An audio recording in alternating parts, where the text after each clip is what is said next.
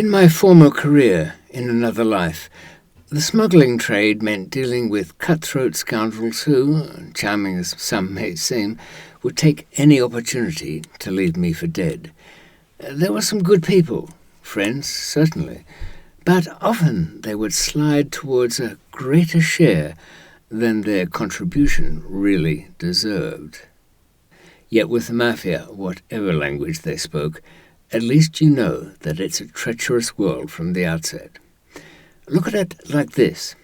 The most attractive draw about crime is that the hours are few and the time between leaving for the bank, making a large cash withdrawal, and the journey to somewhere private to divide the takings is necessarily short. And if interrupted, the drive away may take the fast lane, with perhaps fiery exchanges concerning navigation options. British criminal slang for dividing the spoils is called the slaughter, and often such meetings conclude early. The kind of people attracted to working hours that amount to 3 days of the 365 in a year are usually very frank in their dealings, but as I say, you'd know this going in. You may find that the atmosphere is now quiet as your car slows through the sliding doors of the warehouse. What are your partners thinking? How much they love you and admire your skill. How pleased they are that none of you know each other's real names. The lookout arrives, having taken his own transport. During the heist, he kept his eyes open. Now, in the dim light underground, his eyes need to be kept wider. The sacks of money are emptied on 2 large benches. There is not much talk. Some wonder if they could carry all that weight by themselves. Others ask themselves who else knows outside the room. What will happen next? Let us leave our new friends there for the moment. I'm sure they will stick with the plan. You, quite away from this dark world, don't have such concerns. You began working at the dispatch platform not long out of high school with best friend Nick. Nick's uncle owns the modest transport outfit, partners with Nick's dad. And not that it matters, it's all one big family, really. Maybe it was tearaway Nick who pulled you from college and why should he worry? He would inherit his dad's share of the business. That can't be that much now compared to your slice, because it was you who brought in the fleet from the failing northern business. At a bargain, beginning the transformation to a national business. Probably a good thing the way it went. You got your engineering on the shop floor at the right time. How would delay on a bachelor's degree help? Besides, the really important education was opening the container doors with the fat-fisted drivers and fast-talking franchise operators. How they kept out of jail still surprises you. Most of them, anyway. When people think of the company, they think of you, Ben Chambers, not the Katsos family. You made the right moves. It's your 50th next week, and everyone from all over will be there. You're pretending you don't know, but you'd bet your last note they have something special planned. I am certain that they do. One by one. Where is this going? Was Ben's life as it sounded, or did things not go so well? And if not well, would he have been better off thinking like those men in the warehouse with the money, knowing any of them could double-cross at any point? But in the real world, Ben's 50th party never happened. The deal with the Northern Fleet did happen, though almost didn't, and Ben had to pull out 12 years of savings to get it over the line. But the trucks he'd seen were leased, not the ones the company owned. He took ownership of scrap he'd been had. Who could have known? The family, that's who. They'd known all along, and best friend Nick was the one who'd brought the deal to him. Dad, the uncle, they all knew. Maybe it was a mistake marrying into the family. You thought that would have helped. And the later divorce was amicable, honourable. Ben thought that he was part of the family, but he never was. Mafia thinking could have helped there. He should have known he'd always be an outsider. His ex-wife was feeding back his position all along.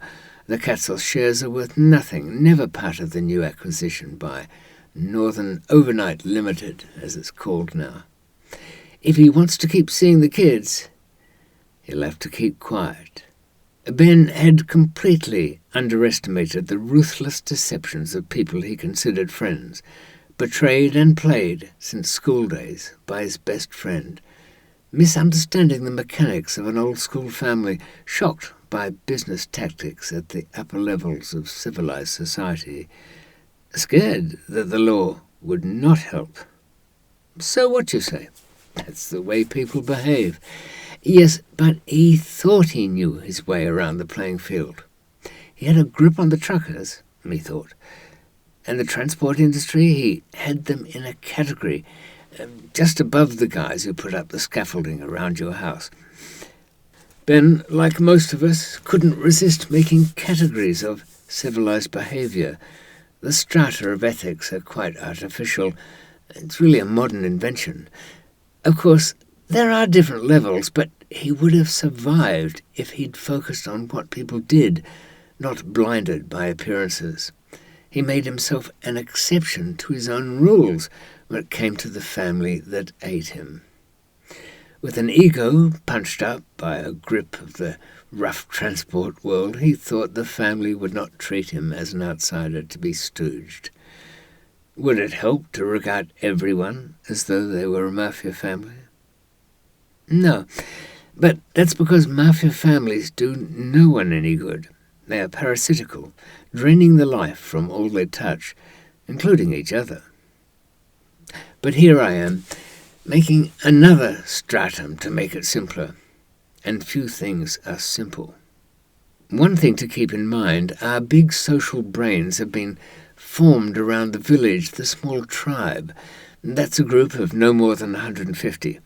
Outside of that structure, noted for now tamed, once feral dogs feeding from our scraps in exchange for barking at strangers, just about everything else has no more substance than cave paintings.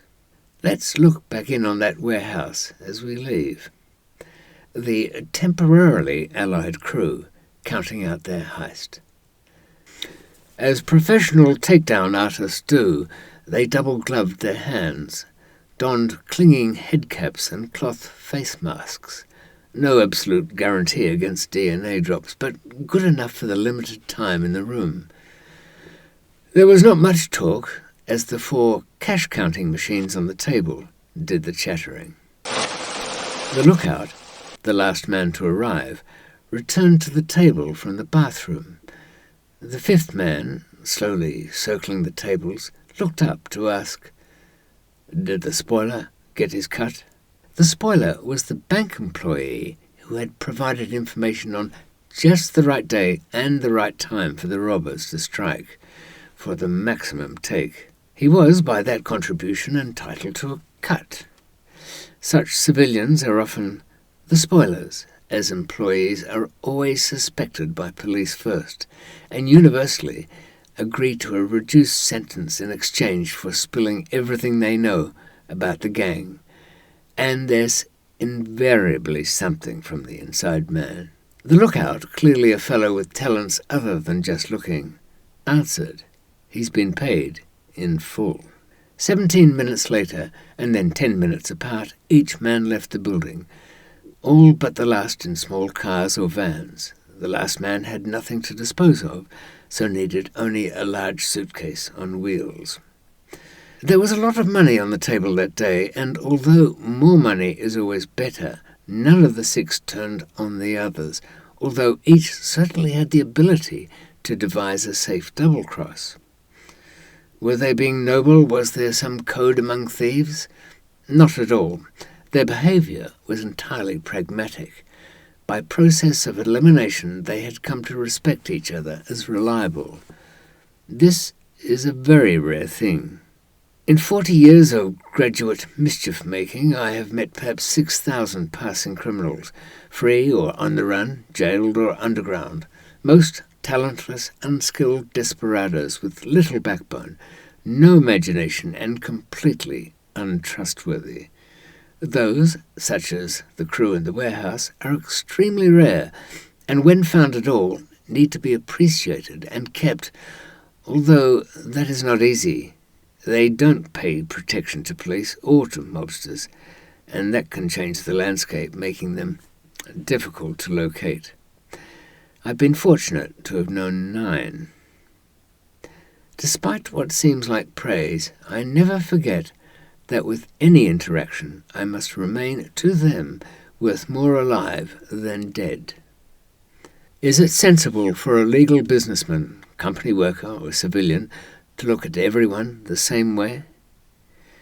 Normal business competitors or family are not going to bury you in cement if you annoy them. Oh, no, not cement. Even so, it will do you no harm to imagine what anyone really thinks in their grubby, dark souls. Surely those close to you are not so ruthless. But before you start forgiving, overlooking, and making special pleas for people all over the place like some infected saint, peel back the layers of those around you, just to wonder, what if? But a warning, don't even start if you can't carry that load with a light heart. Just because people think the worst, they rarely have the capacity to take action. Friends and family, sneaky sad sacks they may be, but you have to love them for it.